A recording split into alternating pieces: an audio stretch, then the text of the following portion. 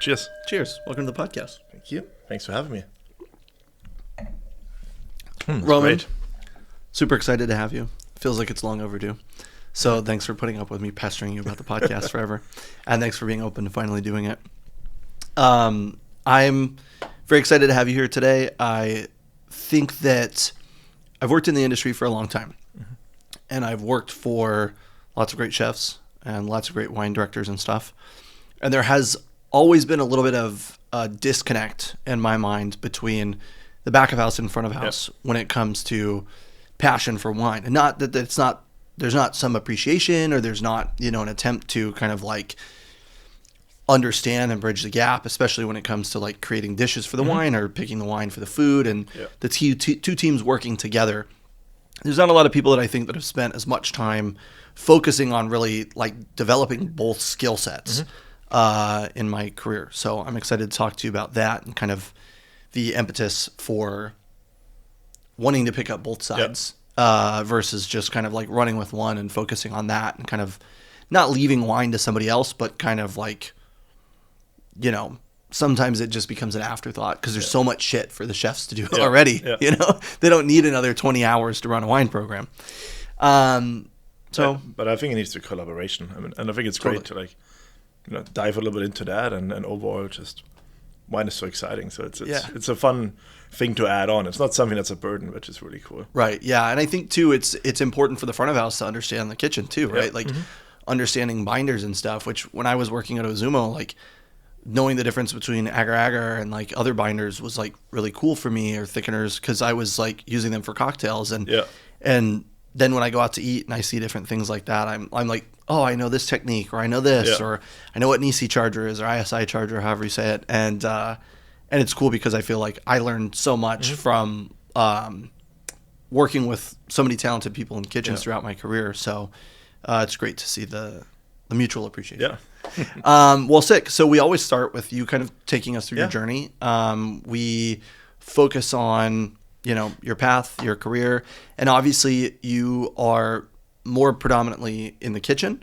So obviously let's focus on that. And if you could weave in somewhere how wine first became part of your passion, or if it always was, that's cool too.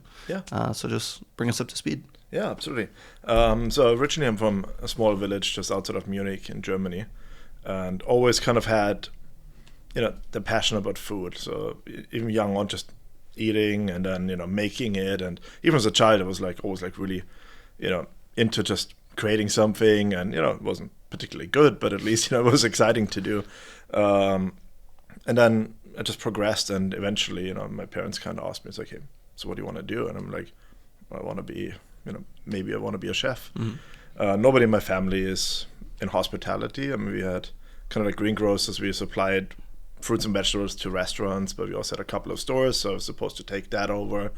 But then with grocery stores coming more and more abandoned, that kind of like fell to the wayside, because people would just go to the grocery store, buy everything there, and they wouldn't go to like specialized stores anymore. So butchers would kind of fold. Like we would, we definitely saw the impact. So there was kind of no point anymore of taking over the business. So then it was really like, okay, what do I want to do? I was almost done with school, and then I was like, kind of want to give this cooking thing a shot, because you always around great food, and it seemed fun, but it was late 90s, so it wasn't cool to be a chef. There was no, back then Jamie Oliver, now Gordon Ramsay, all of those people, like there was nothing there. It was like a job that nobody really wanted to do. So I remember we had a career day, and a chef came in, and he was like, don't do it. Like, it's the worst thing you can do. You will work every weekend. You will not see your family. The sacrifice is just not worth it. And I was like, well, I'm going to prove you wrong. He was right. You do work weekends. You don't really see your family. But you buy into a new family with being in hospitality. So I did that. I was too young to kind of like start in kitchens because of the labor laws in Germany. So I did hotel management school for a year. And then I was old enough that I could at least work until 10 p.m. And then I finally started, cooking. Always worked in like really great places. Started out at Dallmayr in Munich, which is kind of like a high-end delicatessen place, but also as a 2 Michelin-star restaurant with the caterings. And So I learned everything from there, from butchery to making terrines to working with aspic, like really old school stuff, to like the high-end restaurant, which is actually being able to learn all of that in like a couple of years was pretty cool.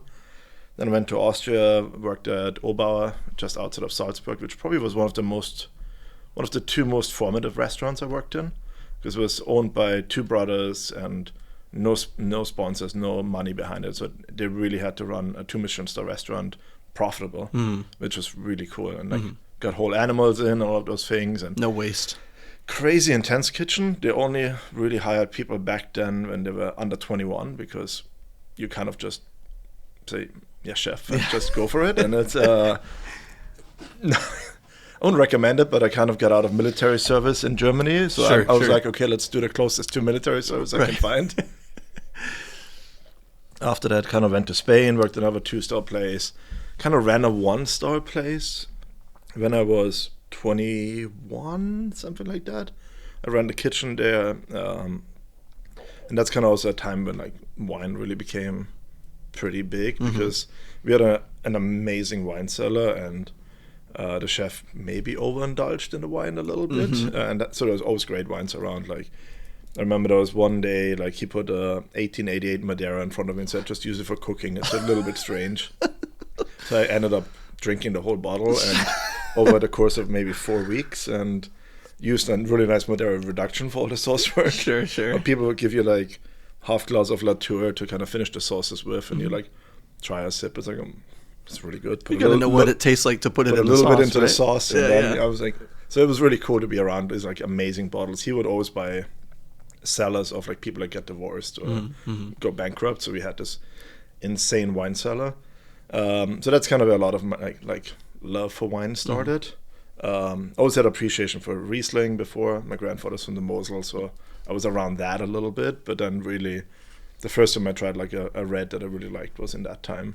And that was kind of the aha moment. It's like, wow, wine can do a lot. Right. So, and everybody always remembers that one bottle where you like, you know, this is like really special. Yeah. And then after Spain, so you've now been in 3 countries at the age of 21. That was in Michelin restaurants. Yeah, that one was in Germany. It was in Bavaria. So I was in Spain for a little bit. Super intense kitchen, left there. And then I kind of, you know, worked myself to the ground, just, you know, with hours and stuff. There was a day where I did a 24-hour shift, and, you know, kind of got into a car accident on the way home and fell asleep, and I was like, yeah, I should probably change. This doesn't seem healthy. What I'm doing. Yeah. Then I experienced Zuma. So Zuma in London, amazing Japanese concept, now worldwide. They were guest chefs in a restaurant in Salzburg, so I went there and I was blown away. I mean, never had Japanese food like that. Generally didn't have a lot of Japanese food. Sure. Countryside in Bavaria is not really sushi heavy, as you can imagine. I was like, this is just incredible. Like the first time I had a miso black cod and even just a soft shell crab roll and things like that. I'm like, oh my god, this is just crazy. Yeah. So I applied there, and they're like, we don't have a job for you. Like way overqualified. I'm like, well, I don't care. I can wash dishes. You know, whatever you need. I just want to do it. Yeah. So they're like, okay, I'll just come out for a stage. So I flew out the next weekend, did a stage. Actually, I was friends with somebody who was pretty high up with Otto Lengi, so I stayed at his place, and then did the stage, and it was just like, I was like, this is what I want to do. It's the energy was incredible. Like just being in that environment, I was like, there was no doubt in my mind that I want to do that. So I did that, and like Zuma really was probably the second most formative place for me. Like I really learned about Japanese, and the kitchen team was incredible. We had the former Alain Ducasse chef from Monte Carlo was one of the sous chefs. The guy on the station with me came from the Fat Duck, and some people from like Paris, and like there was one English guy in the whole kitchen, which is pretty cool. So it's super international, and just that energy was incredible. Yeah. And then they eventually asked me to go to Hong Kong and open the second location. So I opened Hong Kong as a sous chef, and then I was kind of asked if like, hey, we're opening something in the US. You want to come to the US? And I'm like, yeah, I can come for 3 months. Yeah. So then I came to the US and opened Roca, which is the sister concept of Zuma. Ah, okay. Moved to Scottsdale, Arizona. So kind of did London, Hong Kong, Scottsdale, Arizona, which was as you can imagine. So Scottsdale was the first. Was the first Roca. Okay. And that was kind of a culture shock, as you can imagine. Sure. But still pretty exciting. And it was right before the Lehman Brothers went down in 2008, so right before financial crisis. Right. And Arizona is kind of like a back then second home kind of a place. Yeah. Got just destroyed. Yeah. So had to really reimagine the concept, everything, because what we did coming from London and being like, hey, really great, we know what we're doing. It's like, we were like, nope, we don't know what we're doing here. Yeah. So I had to completely change everything there and kind of spend quite a long time with Roca then and helped them open almost all of the US locations, which is pretty cool. Was the change of style kind of like a shift towards the of course we worked together and I worked in a restaurant that did this when you can just order lots of small dishes and things like that, whereas Zuma was mostly tasting menu? Or no, Zuma was still izakaya style. Okay. But it was really based around like the main kitchens, like Robata, sushi. Got it. And then the kind of like the hot kitchen. Roca was all about the grill. And I feel like we did a lot more too high priced items and a little bit too Japanese and like, really tried to be like super Japanese. Like the menu was written in Japanese with like in really small font in English underneath. I'm like, sure, good. Doesn't really make sense. Yeah. Coursing too, whenever something was ready, it would just come out. So you get your vegetables way before you get your entree and all of those things were like. It was new for a lot of diners. New for a lot of diners, and also kind of like, why? Yeah. Why make the life more complicated for the guests? It's like they're here to enjoy themselves. So that really changed a lot. And then I met my now wife in Arizona. She was from the Bay Area, so that's why I've been now in the Bay Area since about 16 years or something like that. Wow.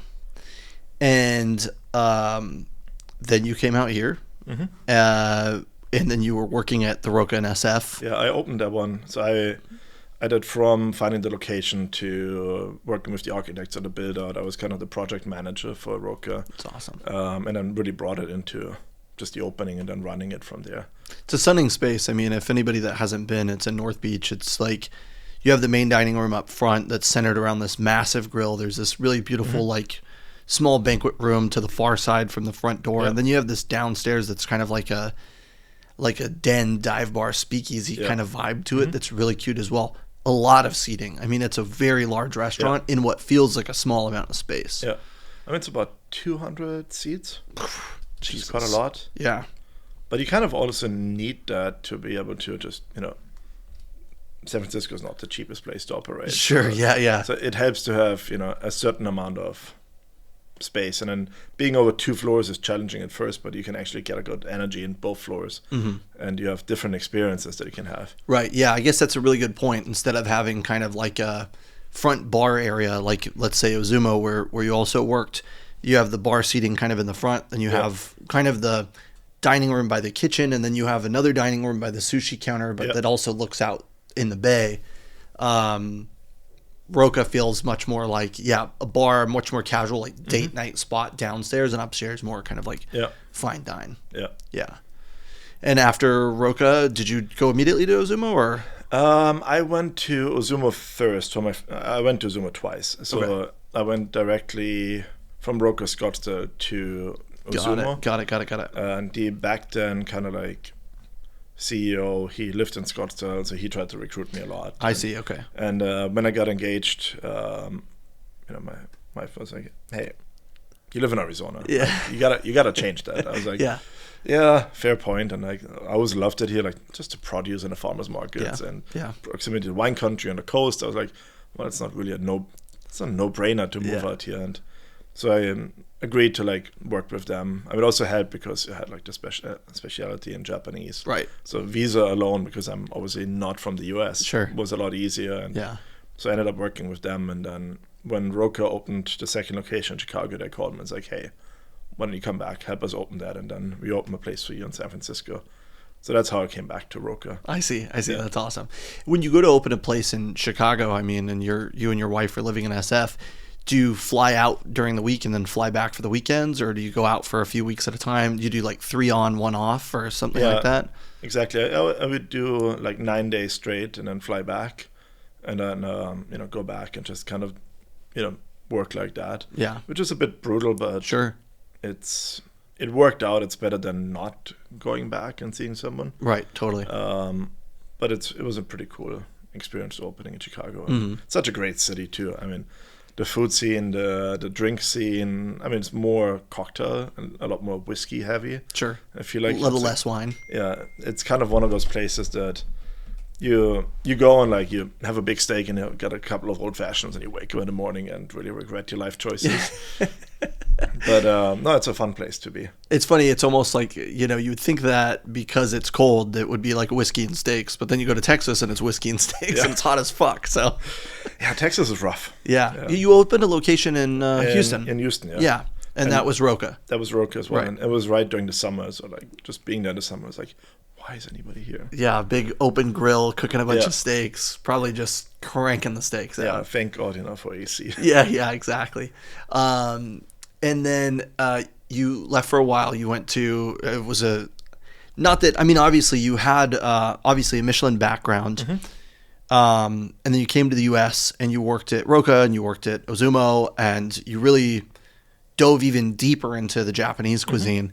And then you moved to Quince. There was one more stop in between, but right. So I helped one of the local restaurants that's now local, a place from London, to like move to.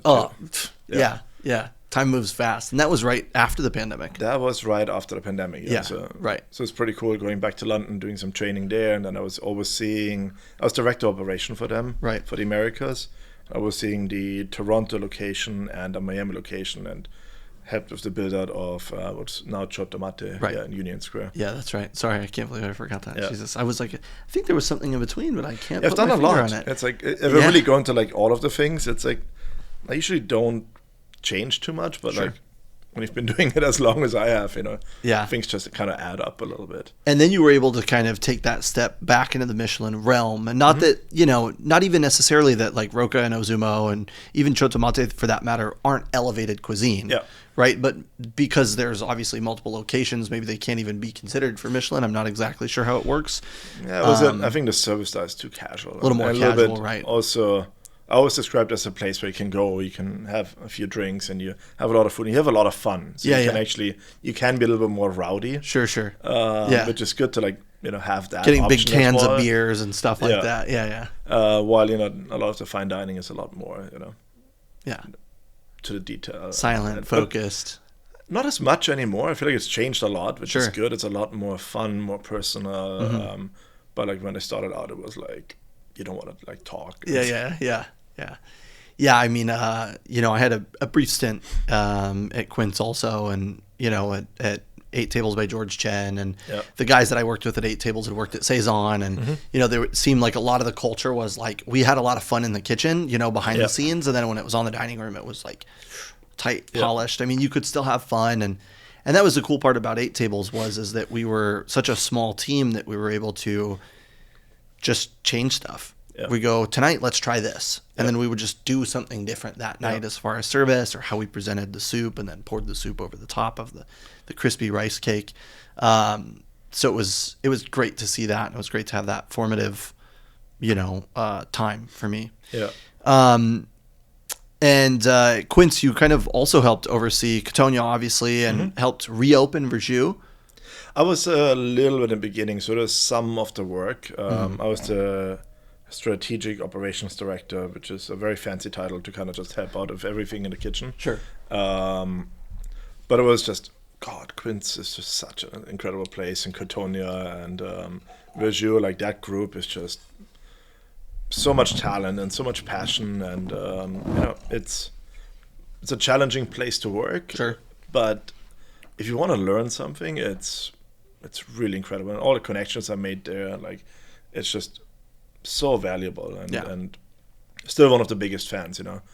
Maybe wouldn't prefer it on the patron side. Sure. But still, it's like I loved my time there, and I'm the biggest fan from the outside for that group, and I still go a lot. I think whenever my wife travels, I like take myself to lunch at Quince by myself, and just like enjoy the dining room and like how that really looks like. So I helped more with the reopening of Quince than Cotonia. Right. Yeah, because I forgot they closed for a full remodel. Yeah. So I was there when it was like down to the studs and did a lot with like, you know, the hiring for the Quince kitchen team and doing a lot of those things. And then, you know, Cotonia is just this incredible beast. So spend as much time as humanly possible at Cotonia and really just, you know, helping, you know, all the cooks there and the team just, you know, to be successful. I mean, my job, I feel like at this point now is like helping everybody else and giving everybody the resources and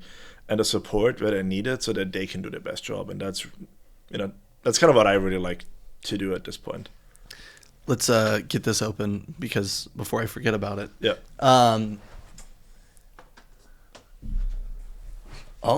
First Chardonnay. Cool.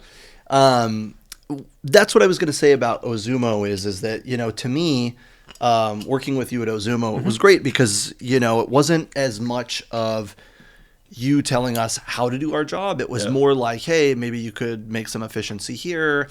Let me know what you need. Do you need this resource? Do you need these items? And it was kind of like, it was like we had somebody to not smother us and not micromanage us, but also kind of contest for us and be in our corner. Not that like you're in a corner necessarily, but like somebody that could kind of play a liaison, let's say, with ownership. And that was one of the things that I really appreciated as well.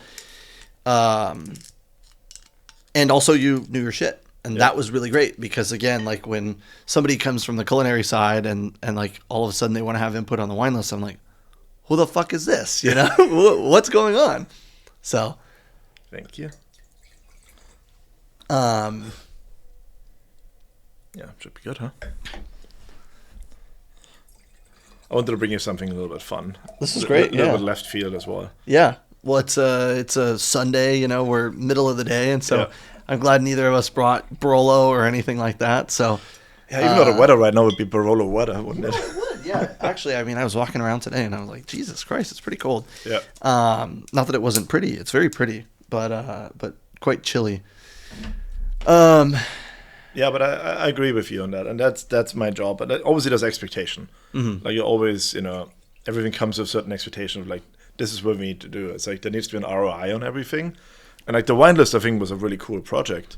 And I was like, okay, let's do something really fun, but like there needs to be a reason why we're doing it. Totally. It's not, you know, it's not just for the sake of doing throwing a bunch of wine at it. Yeah, exactly. I mean, there needs to be a balance. Right? There needs to be the really geeky things that like people come in, they're like, well, this is really cool that you have that. But there also needs to be items that, you know, speak to the cuisine, but also speak to like the clientele. And I think you've done such a great job there, and like really created something completely new, which Ozumo never had.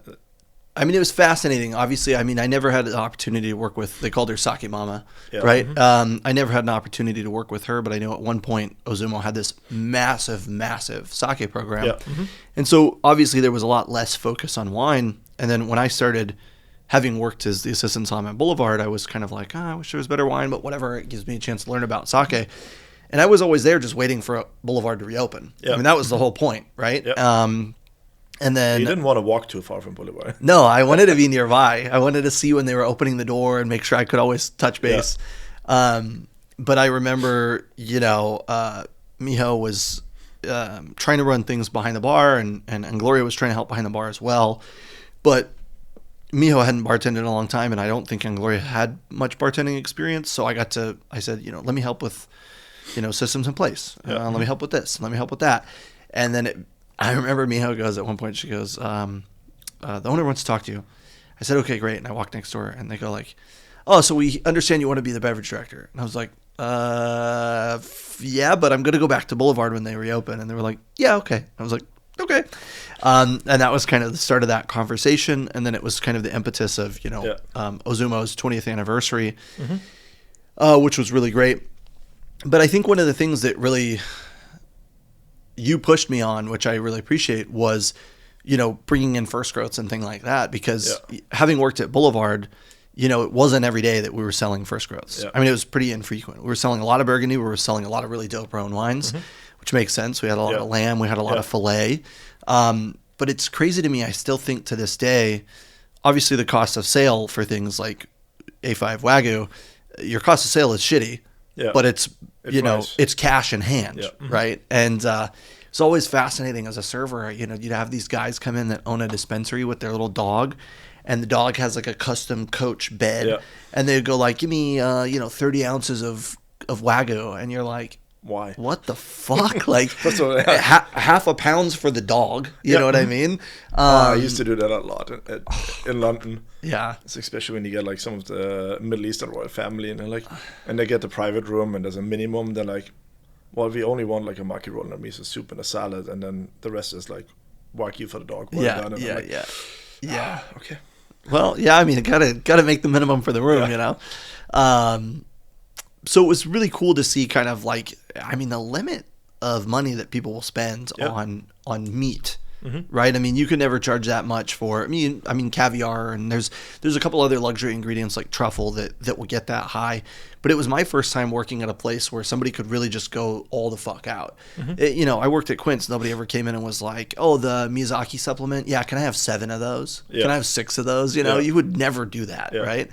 And I'm not saying it's wrong if these people want it, let them have it.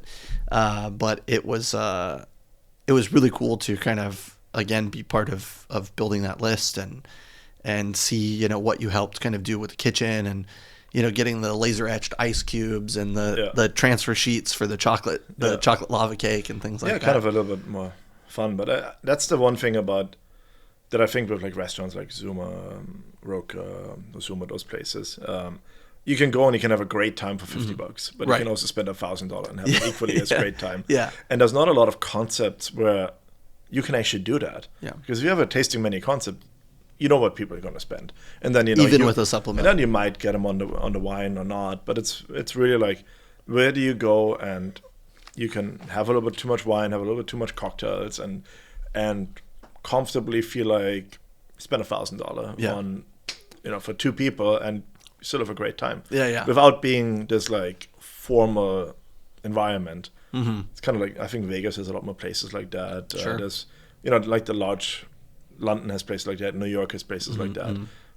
We didn't really have that in San Francisco, and why not? Yeah, I mean, even places that specialize in steak. I mean, you had Alexander's Steakhouse, right? Yeah. Where you could kind of do things like that. You could go in and you could get the chicken dish, or you could get like an inexpensive steak, but you couldn't really swing for the fence on like supplements or on like by the ounce Kobe.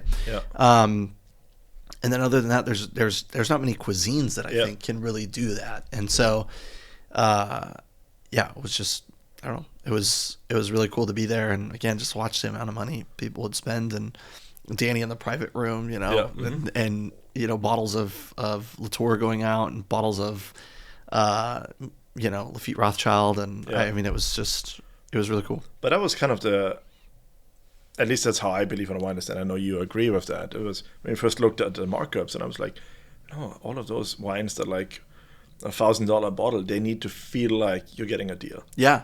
Because it doesn't really, you don't get anything from just having it lying around. You pulled a fucking cork, you made $900 in profit. Yeah. You know what I mean? Like, and honestly, even if you just make 200, it's better than not making it. Yeah.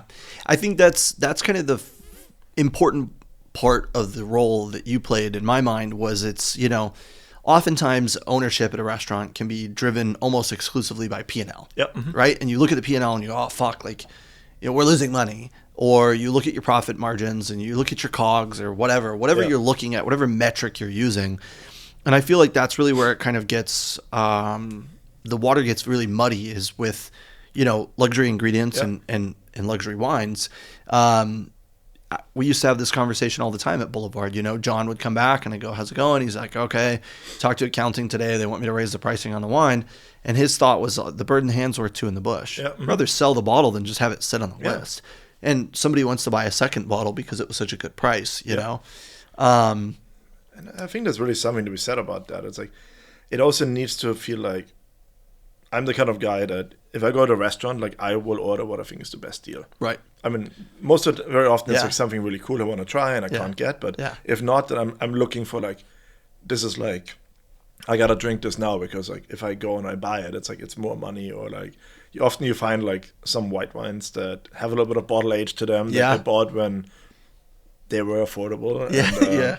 I think Saison has one bottle that I like whenever I go. I'm like, unless I bring something, I always get the same bottle because I'm like, this is cheaper than retail. It's like, and somebody brings it to me and like, serves it to me. You're like, drinking it out of Zoltos, and the atmosphere, I think, really is something that goes a long way. And that goes all the way back to like the beginning of every conversation you have on the consumer side of things is often like, well, I could buy this bottle at the store for X number of dollars. And it's like, okay, but you have to wash your own glasses. You're going to drink it in your house. Yep. Like, you have to clean up after yourself. The food you made maybe wasn't good. Well, or it wasn't that good. You know what I mean? Or it just didn't go with it. Yeah, exactly. And I think that's really cool. I mean, we went to Gantenbein not long ago, and there's a bottle of like 2017 FX Pichler, and I was like, that's what I'm drinking. We're at Gantenbein, but like I'm gonna drink some really cool old Riesling from FX Pichler because I think that's awesome. Yeah. And again, sub $100. I mean, if you really know what you're looking for, and I'm with you, it's kind of like a deal, and I'll even pay like the average markup if I think that it's a great wine and I really want to drink it, or similarly beer or spirit, or name your product. But it gets a little weird when you start knowing the cost of things, and you start going like, I don't know, is that really worth it? Are they screwing me? Are they not screwing me? And at the end of the day, the restaurants aren't screwing you. They just have to exist. Yeah. And, a profitable restaurant's running a 10% profit margin, which is... I mean, in San Francisco, that's very good. Yeah, I was going to say, that's the problem. Pasta and pizza. Yeah. And they're making it in-house, and it's fucking costs them $2 to make a pizza, and they're charging you $25 a piece. Yeah. Yeah. But that's really the brutal part. Is San Francisco is expensive. It's expensive. Yeah. And now that you're not in San Francisco... which could lead us to where you are now. Yeah. Do you feel like operating costs are probably the same down there? I mean, I guess this is obviously like a different concept than you're used to, but I mean, so now I'm at Rosewood Sand Hill in Menlo Park. So on Sand Hill Road, beautiful luxury hotel. I'm the executive chef there, so overseeing all of the food there. It's to operate, it's still challenging because obviously Silicon Valley is not cheap to live in, and minimum wage is similar to what it is in San Francisco. Labor costs are very similar. So it's not much better, but obviously right now with AI and the boom in tech, I mean it's a great place to be because you see so many like we don't hear what's happening, but we see a lot of like people meeting. You're like, yep, this is going to change our life in like a year. Yeah. And that's really cool to be like in the room where things are changing, and we're really kind of like a social hub more than just a hotel. Sure. And that's really, really cool. So being there, and it's a different dynamic, and I feel like the South Bay Silicon Valley is really changing a lot, much for the better. I used to live, in Los Altos a lot when I first moved to the Bay Area, and there wasn't that much like really great dining, and like so many great restaurants are opening there now. So it's been really fun to kind of see that energy that's in that area. Do you about Rosewood Sand Hill? There's a full restaurant. I remember the last time that I came to see you, which obviously was longer ago than I'd like to admit. Yeah. You were trying to get the pool open, so obviously, hopefully, the pool's not open or is open. But now we're in January, so it's probably a little colder than what you're aiming for. Yeah. But how many outlets are you dealing with? And kind of talk to me about what it looks like running something that effectively operates 24/7. Yeah. So outlets, we've got a main restaurant, which is kind of like the all-day dining, breakfast, lunch, dinner. We've got a bar that's opening in the afternoon. We do afternoon tea on the weekends, and then really great bar program, fun bar bites. We've got a seasonal pool, so right now it's closed, but opening back up in April, and really goes from April to like late October, all weather dependent, obviously. And then we do quite a lot of banquets. We've got some meeting spaces, ballrooms, and so on and so forth. And then obviously in-room dining is another big one. And then we just opened a really cool coffee shop that's really great for the community, where everybody from the neighborhood comes, can get a really good coffee, really nice sandwiches. We partner with Manresa Bread to like get really cool pastries in, and it's really more like a real community meeting spot, which is a really fun addition. So that just opened a couple of weeks ago. Yeah. I mean, when you mentioned that it's a nice meeting spot, it's really cool to think of that, right? Because when you think about like effectively a luxury resort, you know, it always feels a little exclusive, and like people from town don't want to go there because they can't go there. They don't think they can go there, you know. But it was great. I used to work at they called it Essence, and it was a different spelling, but it was the restaurant in Two Bunch Palms, which was like the luxury resort in Desert Hot Springs, and it used to be open to the public. You used to be able to come in and just dine there, and we would get people from the neighborhood or from Palm Springs that would just come up to have dinner. And we had a really great restaurant, good food, cool wine programs, and it was a lot of fun. But now they're closed to the public, and it kind of, I mean, maybe I'm foolish for thinking this. I think it's almost like more of a money pit to not be open to the public, right? Because you're dependent on the number of guests that are staying there. But the size of the restaurant, the main restaurant, is pretty sizable. It's pretty sizable, but for us, it's really about the local community. Yeah. I mean, especially for lunch, dinner, and I mean that's the number one for us, and it's really cool to have that because we want to be there for the community, and obviously, you know, we're there for all of our guests that stay with us, and you know, people definitely have high expectations, and it's a really fun place to be in. But you need to be there for the greater community, and especially being on Sand Hill Road, where there's a lot of offices around us. You know, you can imagine like lunch is really, you know, quite a lot of energy. Breakfast as well. Like, where do you actually have a breakfast meeting? Because that's another time. It's like, if you want to meet somebody, it's like you can go for lunch, you can go for breakfast. Oh, you're having coffee at Starbucks and having a shitty croissant. You know what I mean? And so you actually have a pretty private table, a beautiful view of the Santa Cruz Mountains.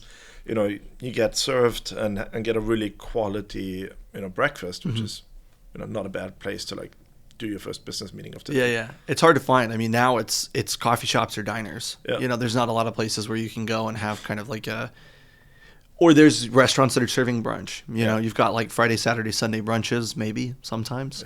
But also being able to, and nobody wants to be there. It's true. That and being able to make a reservation is key. Yeah. Because if you have a business meeting, you don't want to be like, oh yeah, our table's going to be ready in 2 hours. Yeah. Well, that doesn't work. Right. Yeah. You mentioned in-room dining. How much of a challenge is it to get food to a room hot? I mean, is the in-room dining menu different than the regular dining room menu? Are you kind of like clipping a few major items, or how do you deal with that? It's kind of a mix. I mean, you always got to think about like, okay, what would I want to eat in a room? So I mean, it really starts from that. Like, do you want, you know, something very fancy? You want something that's a little bit more like, hey, I had a long day and I want to like have something comforting and just watch TV and kind of like just like lay in bed. And so you got to think about that a little bit different. And obviously, getting things to the room hot is a challenge. Sure. So we've got hot boxes that we use for like bringing that, but it's a resort style, so we've got the rooms are in different cottages. Oh yeah. So you got to go from the main building. You got to put it in, you know, in a kind of like a golf cart, and bring it to the room, serve it there, and like so everything's really important. The plate's really hot. You know, you kind of need to keep like the heat just on it all the time. Yeah. And then certain things just don't travel well. Sure. You know, if you do like a certain pasta, by the time it goes to the room, it's all seized up and it's not going to be nice. Like carbonara or something. By the time it hits the room, it's I mean, it's not. It's like one. You pick the whole thing up. Yeah. I mean, that makes a lot of sense, but I think that's something that you don't really think about unless you're in a situation like that. Because even for me, when I started at Essence, it was like we offered the full restaurant menu, which was fine, but like by the time the pancakes hit the room, they're cold because you're putting them, same thing, in a golf cart, driving them down to the room. You know, it's just coming in a normal to-go box, and you know, I mean, thankfully they're not the plastic boxes anymore. They're the nice like waxed cardboard boxes or whatever. But for us, everything comes on like nice plate where we only use heave plates. To kind of keep a really sense of place. And, you know, that's another thing is like, okay, how do you bring it there without like spilling it? Like, how do you deal with sauces? How do you deal with you know, even with like the in-room dining coordinator like recommending wine with it, and like how do you bring a glass of wine to the room, and or like an orange juice, or like all of those things. So there's a lot of things to think about. Sure. Yeah. I mean, it's you know, people are probably used to like thinking about service in the dining room or thinking about service, maybe even on like a catering front. Yeah. But yeah, like that delivery aspect, it's not delivery, but it's effectively delivery. Delivering at that high of a quality across the property is something that we found uniquely challenging at Two Bunch Plums. And also, in the summer it'd be 120 degrees outside, and you've got somebody in a golf cart driving, and they're just getting a little sleepy because it's so hot outside. How do you keep a gazpacho cold? It just becomes tomato bisque. I mean, at that point. Cool. So we touched on a few things. So really the big wine moment for you was that you're 21, you're working in a restaurant in Germany. It's a 1-star. The chef is kind of like throwing different things at you. I mean, for cooking purposes, but also you're kind of tasting them as you go. Was there a moment when you were working there that, were you working around Somms? Did you kind of pick their brain? Like where did that kind of journey into understanding more about wine? Did you have anybody that you really leaned on, or was it a lot more self-taught? A lot of it was self-taught, and then also the executive chef owner, he wasn't really that much in the kitchen, but the Michelin, that was his name on it. The restaurant had his name. I feel like that was a time. Yeah. There was a time when that was the thing, right? Yeah. So he definitely gave me a lot of things to try, and I remember we actually went to the Rheingau, and there was the Rheingau Food and Wine Festival. So we cooked there, and it was really, we stayed in this beautiful 5-star hotel where we cooked, and he's like, oh, just come, let's have dinner. We sat down and we had dinner, and he ordered wine, and he ordered an 83 Figeac, and I was like, I tried it, and I was like, oh, I didn't know that red wine can do this. So that was kind of my first aha moment. I was like, wow, this is really special. Yeah. And that was the mid 2000s. I think it was 2003. So 20 years. I think 20 years kind of like a sweet spot for Bordeaux. Sure. So having that for the first time, wow. So kind of fell in love with Saint-Emilion. That was my first thing into red wine was I like high Bordeaux. Percentage Merlot, and obviously Figeac is very special because it has such a high percentage of cat as well. So it was really that, still love Figeac until this day. Yeah. And that was really cool. And then it was just more and more, we would dine out quite a lot. Sometimes we'd drive him to events, and we would be in his, BMW gave us this really big 7 Series BMW that had the middle console had a chiller in it. Yeah. So I would drive down the Autobahn. He would open a bottle of Dom Perignon, give me a glass, and I would be driving, and I'm like, you can actually drink and drive in Germany, just can't get drunk. Okay, all right. So it's about the blood level, not about having an open container. That's fascinating. So looks like I'm moving to Germany. Still wouldn't recommend it, but I was very young and stupid. Sure. So it was that was a really cool experience, because it was just even on my last day, just go in the cellar, pull whatever you want. So cool. I mean, just the wines we drank on my leaving party, so to say, before I moved to London, was I think I took the same wine. It was a double magnum of 83 Figeac, and that was just one of the 40 bottles of wine or something like that we opened throughout the day, and it was a good time. Good. And having worked in Austria, Germany, Spain, the U.S., London, what do you think? Are there major differences in restaurant culture across those places? Or do you think that in a certain echelon of restaurant, it's kind of a similar culture? I think it's massively different. Okay. The U.S. is completely different from anywhere else I worked. Europe, you've got people, especially in Central Europe, this is your career. You grow up and you want to be a server, and that's really your job, and it's your passion, and you went to school for it, or you study it, and then you work your way up to becoming the maitre d' or whatever it might be, and that is your job, and you're very proud of doing it. Same with chefs. So that drive is completely different. And I also worked there before the laws changed, and there was no cap of how many hours you can do. Sure. No such thing as overtime. Yeah, when I worked in Austria, I started at 7 o'clock in the morning, and I usually would end at midnight, 12:30. You get a couple of hours break between lunch and dinner service. Sure. Where you can't really take a couple of hours break, but you can take an hour's break, and you sleep for 45 minutes, and you go back. And then you have more prep to do. And then and then you just like for example, when I was in pastry, we would spin like all the ice creams. We had about 10 different ice creams and sorbets. We spun it to every service. Jesus. So even just trying to like defrost something between lunch and dinner service is impossible. Right. But like because of the quality expectation, everything had to be spun. So I was just trying, like, because you have to try the ice cream. It wasn't like a Paco Jet or anything like that. Right. Yeah. You got to try the consistency. I would probably have like 30 teaspoons of ice cream a day just to like try it. I was like, well, this is not good for me. Yeah. The last thing I want when I get off work is ice cream. Yeah. But yeah, so Europe is really more career-driven, Central Europe. Right. London was a little bit more of a mix, where you have people that come from areas that, hey, I want to move to London and I need to make money. And, we had a lot of people from southern Italy, where actually the pay in southern Italy is horrible. Yeah. A lot of people from Poland, all over the world. So you have a little bit more of the mix that you have in the US, but great energy. And like the food scene in London is some of the best. I mean, it's just incredible.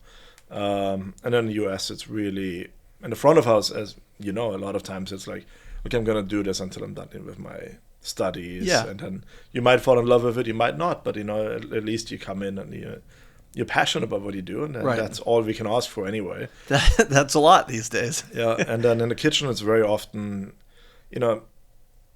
culinary is very democratic. Yeah.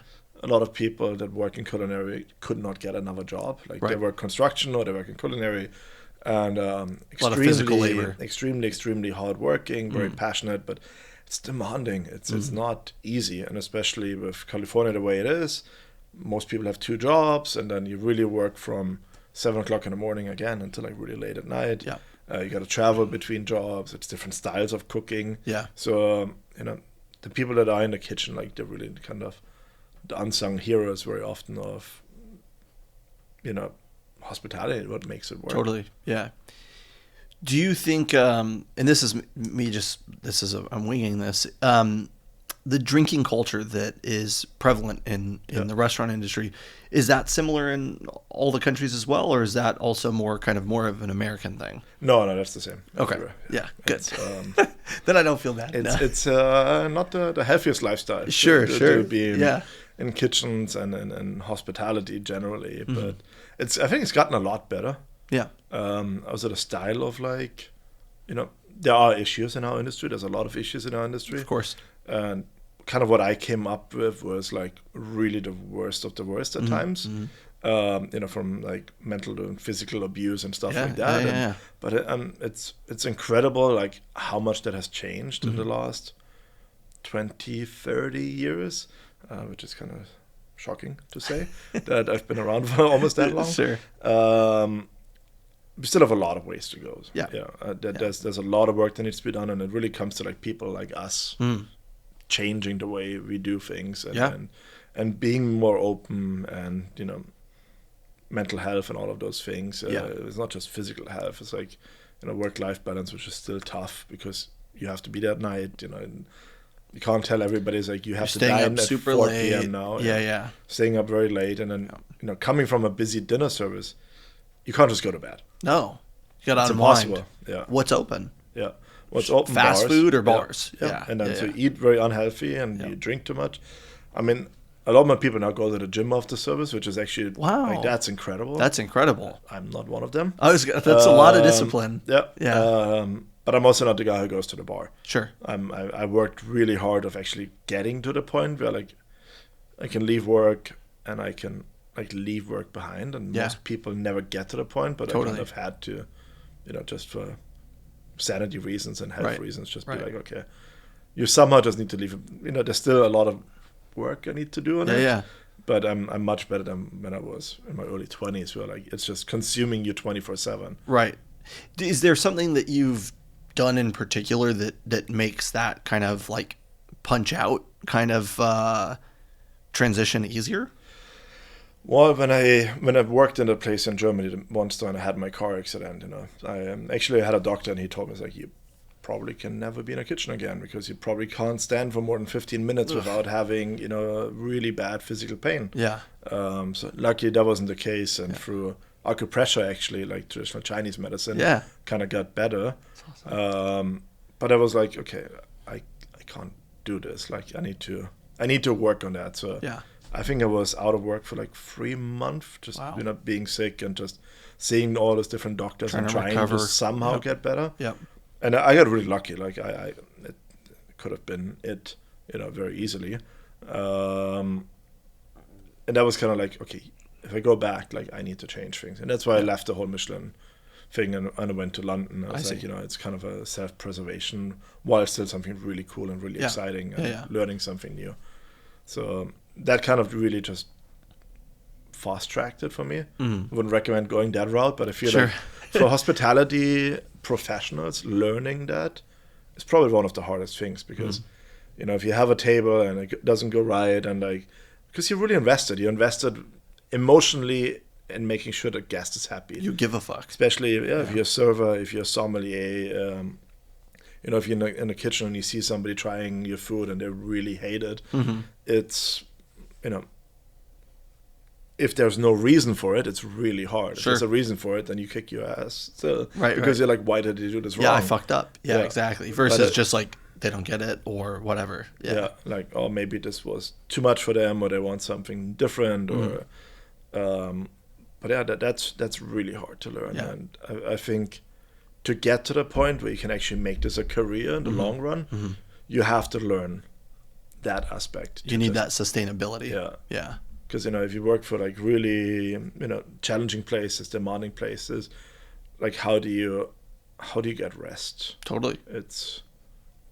It's really important. Or even not just like challenging places. I mean, Will and I used to leave Ozumo and we'd stand in the parking garage and talk for 2 hours, and maybe it would be like just ruminating and would just be like... It's also easy to talk to Will. Feeding it, that's true. But it would just be like us feeding that, like either negativity or like positivity or talk about like what are the cool things that we want to do and whatever it was. And you would just spend, you'd get out of work and you'd spend the next 4 hours talking about work. And there wasn't really kind of that delineation that happens. Like, I mean, we all have a life. We're both very lucky having great partners, and like, you've got a great daughter, and like it's more important than anything else. Like health, family, all of those things. It's crucial. Yeah, and then finding somebody that can put up with that, your schedule, your lifestyle, or whatever. I mean, I don't know if it helps anybody, but I remember like listening to somebody say that like when they get home, they would like touch a spot on the wall or whatever. There would be a thing where they would touch it. And when they touch it, they go like, this threshold, now I can't bring that stuff to my house. Because so many times I'd get home and I'd just like sit on the couch and I'd just be pissed off and I'd think about service or I'd think about something that happened. And, I would just sit there for hours, just stuck, can't get out of your own way. So yeah, I think it's paramount. Really, I mean, now too, working in the side of the industry that I'm in, it's like you're getting emails at all hours of the day. You're getting emails all the time, and they're from people all over the world. And you're like, do I respond right now because they're awake and I can catch them, or do I wait and respond in the morning? Or kids asleep, kids distracted. Let me hammer out this email really quick, versus like trying to be there and be present. Yeah, and I think like the whole like having work on your phone it's so much harder. Because I remember like in the early 2000s, late 90s, I mean, back then I had no responsibility. I do what people tell me. Sure. But like, once you start getting some responsibility and it's very hard to like take work home if nobody can reach you. Yeah. I remember when like if something happened, like they would have to like physically call your landline. But it's so much healthier. Yeah. And now it's like, we all do it, we go home and if you have access to those numbers, you look at, hey, how do we do financially? Like what's happening? What's the check? Every morning I wake up, I look at the report, probably the worst thing to do. Yeah. It's like that I had to learn like in the morning, like to kind of made a rule for myself. Like I won't look at work emails until I had a cup of coffee. Right. Yeah. So I go and I make myself a coffee and like wake up, and even that's still not healthy. But you gotta like really try to like claw back as much as you can. But it was much easier when back in the day. It almost feels like it would make more sense to have like a secondary phone where like all of the emails and everything go to that, or maybe you're logged out or whatever. I mean, we all know that it's probably not realistic in the restaurant industry that we're in nowadays. The industry that we're in nowadays, which is, almost feels like sometimes it's fighting for its life. Yeah. It is. I mean, it is fighting for its life. Yeah. In a lot of places, unfortunately. Yeah. You get to travel a lot. You've been to Asia recently, and you go to Europe fairly often. Yeah. Do you feel like the restaurant industry or the hospitality industry is in the same state across the globe as it is here, or is this again exclusively an American problem?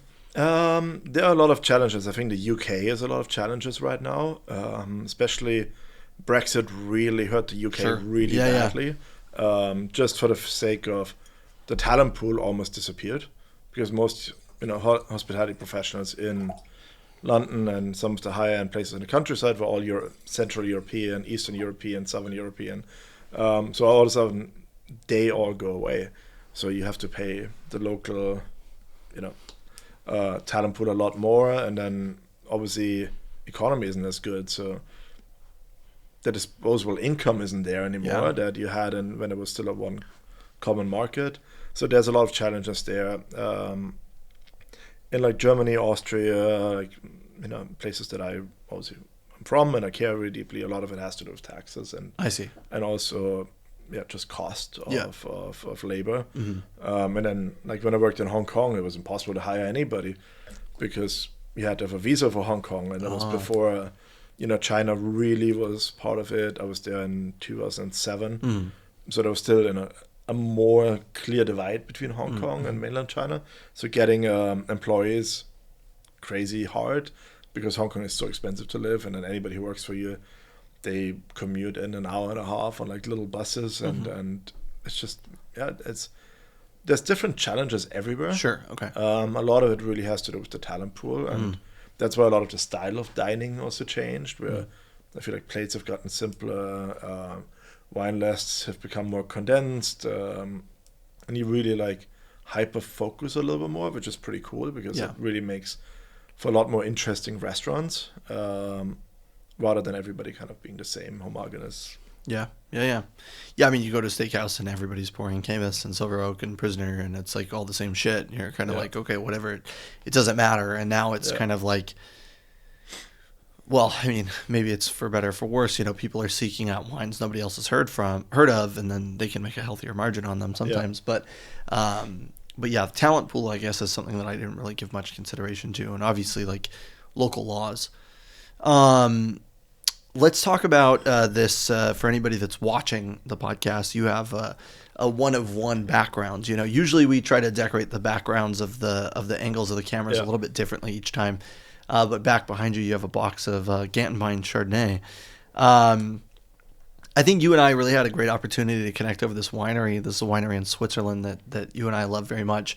When's the first time that you had this wine? And I know you and I purchase a little bit every year, which is a lot of fun. But it's one of those like really cool things. Obviously from Graubünden, probably some of the best Chardonnay and Pinot in the world. Grown where you wouldn't expect it. Far away from the rest of the major appellations, But they really found that, kind of those hills that like really support that, and it's really beautiful stuff. Very hard to come by. Very small production. Not a lot comes to the US. And I think I started with their Pinot because that's easier to get than the white. So they do Chardonnay and the Riesling as well. The Riesling is like less than an acre size vineyard. It's very, very. I mean, I've never had it because it's that hard to find. And then the prices. I have one bottle. It's all I was ever able to buy. And the prices are so they're up there. Yeah. And I feel like for that price, being from Germany, it's hard for me to buy a Riesling from Switzerland. Sure. I think the shot is really, really special. The first time I had it actually was being in Switzerland at this free Michelin-starred place, Schloss Schauenstein. Phenomenal place, and they have one of the biggest allocations of Gantenbein. They've got a separate Gantenbein cellar. Wow! Because they're really close to Graubünden, close to the winery. Yeah. And even they get very, very small allocation. I think the year I went, they said they're getting 6 bottles of the Chardonnay. And that's like, he's like the chef in Switzerland that like everybody wants to, work with. So I went there to like just to have it, and it was one of those like crazy trips. I went to I was on a Côte d'Azur the night before. This is when you drove through Switzerland, I think. Yeah, I drove through Switzerland back to Munich, where I'm from, and I took my mom for lunch. And I was like, wow. We went to Mirasur for dinner. Had Koch Bourgogne for dinner there, overseeing the Love your mom. Yeah. I mean, she was driving, so it's perfect. Even better. Yeah. So she had, a little bit, and I had the rest. So I had a really fun dinner there, and then on the drive back, I was like, God, I'm tired and hungover, and kind of do I really want to go for lunch there? Yeah. And then you go there, and like all the wines were from Switzerland, which is amazing wine culture actually. Yeah. Some really really cool stuff, but it's like so small production. I wish we got more. Yeah, you don't get it here. Yeah. It's that's why you got to drink German wine in Germany. You got to drink Swiss wine in Switzerland. You got to drink Austrian wine in Austria. Drove through there, did the tasting menu, got a bottle of this. They poured me another one, which is really crazy to see the different years because they're verticals. And then you're like, okay, what kind of style of, do you prefer Mosseau style? Do you prefer Austrian style, Chardonnay, German? Do you prefer Montrachet? Like what? And then really goes by the year, and the style is so extremely different. Like one year could taste like a Grand Cru Chablis, and the next year taste like they treat it differently every vintage. Yeah. And that's really cool. To, like, there's no house style. Yeah. I mean, it's really driven by the vintage. Yeah. The house style is that it's very good. Yeah, that's true. Yeah. That's the one thing they all have in common. Yeah. It's kind of like winery specific, where like there's just certain wineries where like most of them now, because wine production has gone so much better, but like everything they do is just so good. Yeah. And for them only having one red and two whites, it's kind of almost like the Bordeaux style of making wine. Yeah. Instead of being the Burgundy style, where you've got your Cru or your Premier Cru, whatever. Yeah. And really go based on a little sliver, so they just blend things together and just make some really really cool stuff. I think it's like 15 acres of Pinot Noir, 7 acres of Chardonnay, and less than an acre of Riesling. I mean, altogether they have less than 25 acres. I mean, it's very very tiny. So I'm excited that we get to share our love for that, because you're one of the only people that I know that loves these wines as much as I do. Yeah.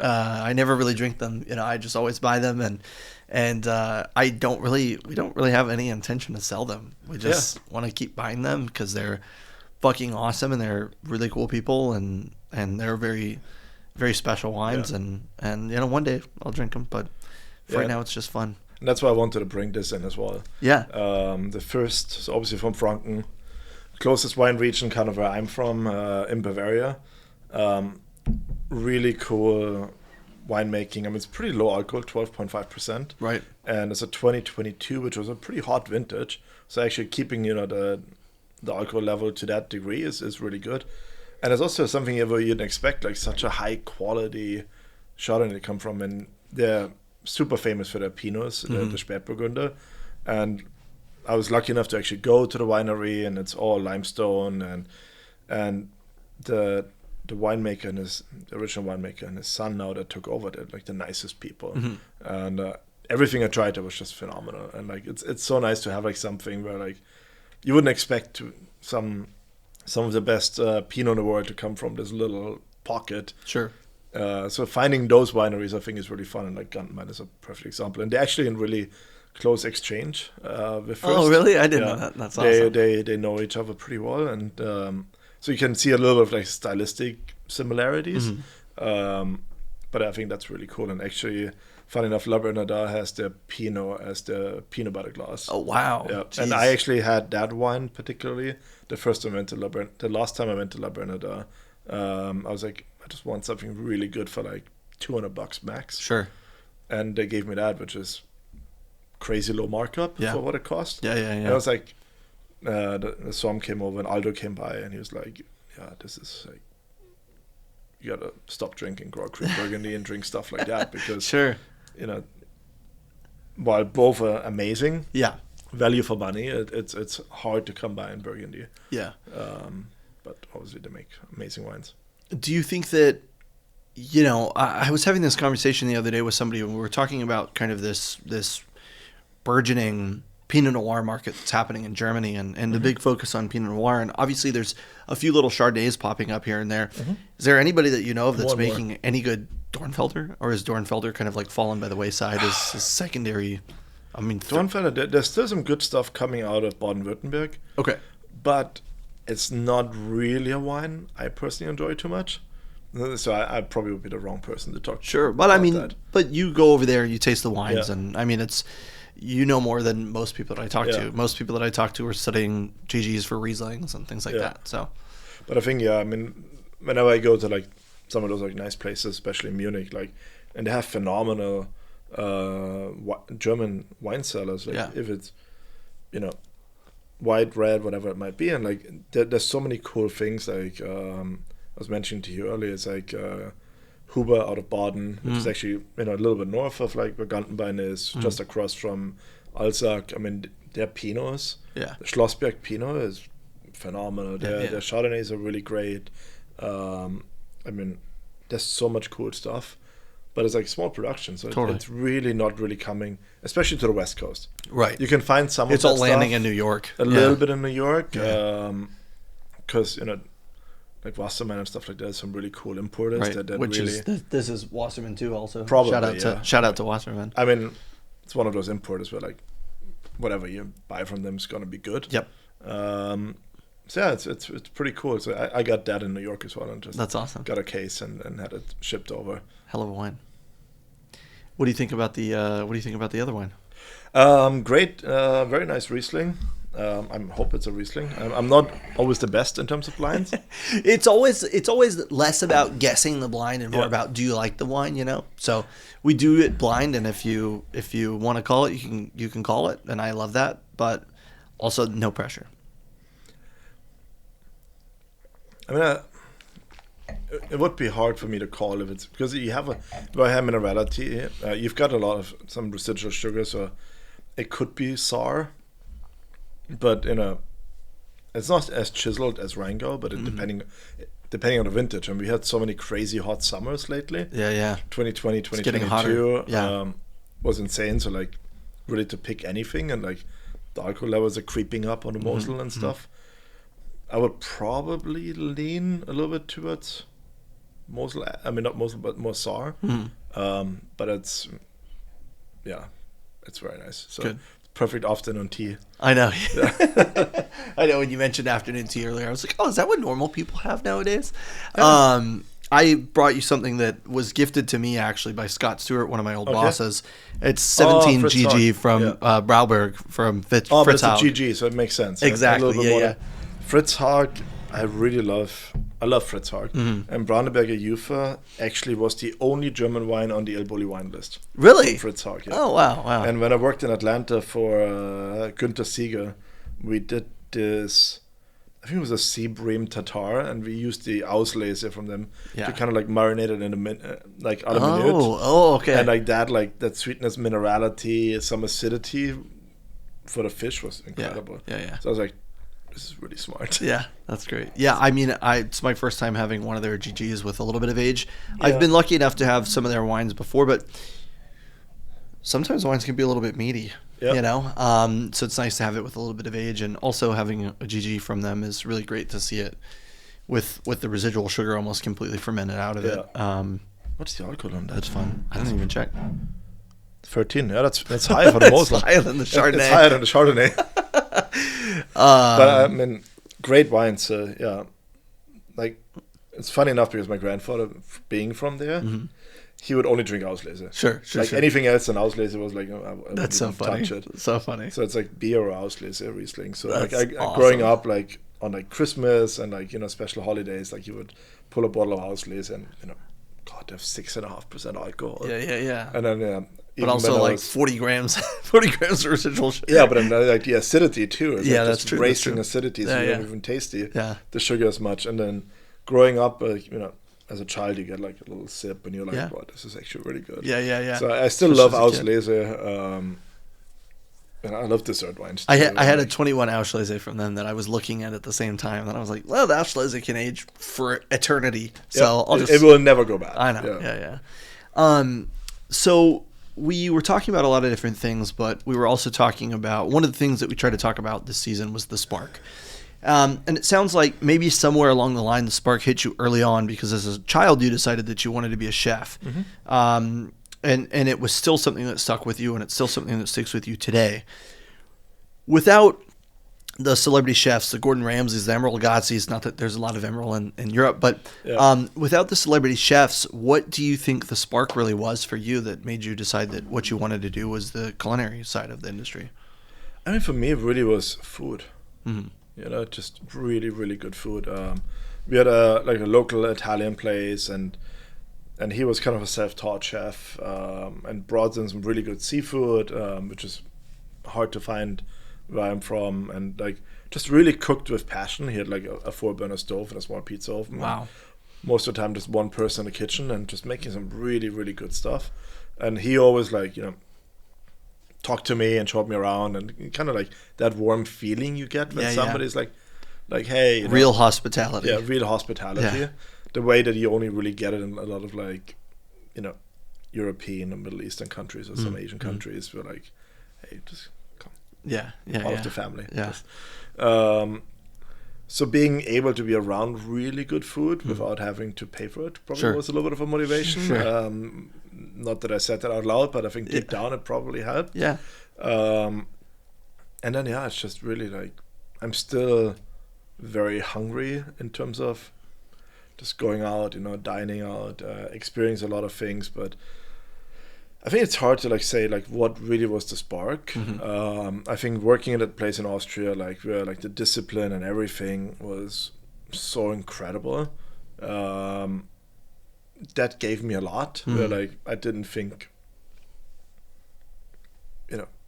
food and wine could be like that to that degree, and the passion you see in somebody's eyes. And you must have been 19 when you were doing that.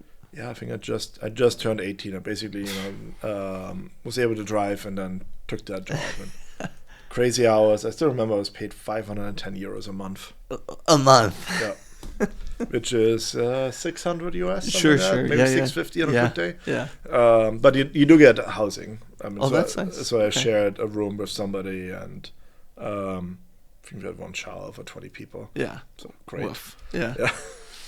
But that, just seeing that and seeing the products and seeing it was incredible. Yeah, it really was special. Yeah. And I still love it. I love dining, and I love what we do. Yeah. I think especially with the pandemic when that happened, we created an outlet, to a great risk of a lot of us, and a lot of people had we were an essential business. Yeah. But being able to just travel and not being able to travel, and then getting this escapism of this dystopian times that we had during the pandemic, to go to a restaurant and actually leave your worries behind for 2 hours. Yeah. Was really, really important. And I think there's luckily more appreciation now for what we do because of that time. Certainly. I think I'll make one more comment, and then we'll do the closing of what's your advice or statements you'd like to make. Yeah. James Lynn, I remember sitting down in lineup with him.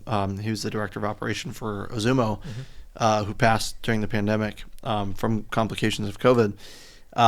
He said specifically, I remember this, when people come to dine, they're looking for a moment to escape their reality, right? And it's our responsibility to allow them a small moment of vacation, a small moment to check out from reality.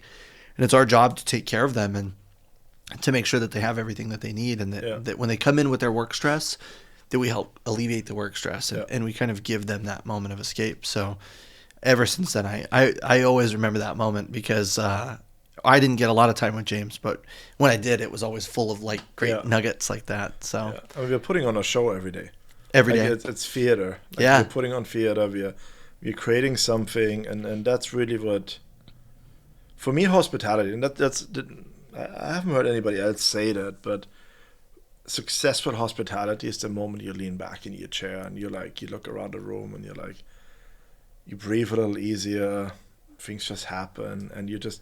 Because how tense are we in our Always. day to day. Always. And like having that moment, we're like, and that's what I want to create with a lot of the restaurants I worked in. We're like, you just lean back and you're in this warm glow of like, hey, let me take care of you. Let me give you some good food. Let me give you some, look, we do so many things wrong day in, day out. There's this thing, but like, how do we do it that people can lean back, enjoy, and just relax for 90 minutes? And that's might be the only time that week, that month that they have that. And that's that's one of the most powerful gifts we can give somebody. Yeah, that's really, really beautiful. I love that. The closing, do you have any advice or any advice for anyone in the hospitality industry, or any statements you'd like to make? Yeah, less than an hour, I guess. You got to stay hungry. I think you got to put yourself in the challenging positions when you're young. When you have the energy, when you don't have the commitments, when you can actually take risks and take big risks, take big swings. Risks, yeah. I'm from a village of 1,200 people. I worked in some of the biggest cities in the world and had, lucky enough, like pretty high positions in those where you can actually change people's lives, change things for people to better. But do it when you're young. Like, give yourself, like, when I hit 20, I was like, I'm gonna give myself 10 years of travel. I'm gonna see the world. I'm gonna experience as much as I can, and then I'm gonna come back and I'm gonna settle down, and I might find a life partner and do a house and like do all of those things that I actually, not in the traditional way, I didn't do. Ended up still, but I think that's really the time where you just keep pushing, and then stay hungry, stay humble. There's always somebody better than you, and you don't. That's fine. That's not a bad thing. Yeah. No, and try to learn from them. Go to places, learn the good, the bad, the ugly, and then take whatever works for you, and then go to the next place. Like, you never learn as much as you learn in a failing restaurant. Sure. For example, that's the time when you really learn a lot. Not that I what not to do. Yeah, what not to do, and like, why did we get to the point of we failing? And all of a sudden, you got to look at every cent. You got to look at proficiency and like what works. But just stay hungry and just keep pushing along. Perfect. All right, let's wrap it. Cheers, Roman. Cheers. Thank you. Thanks for having me.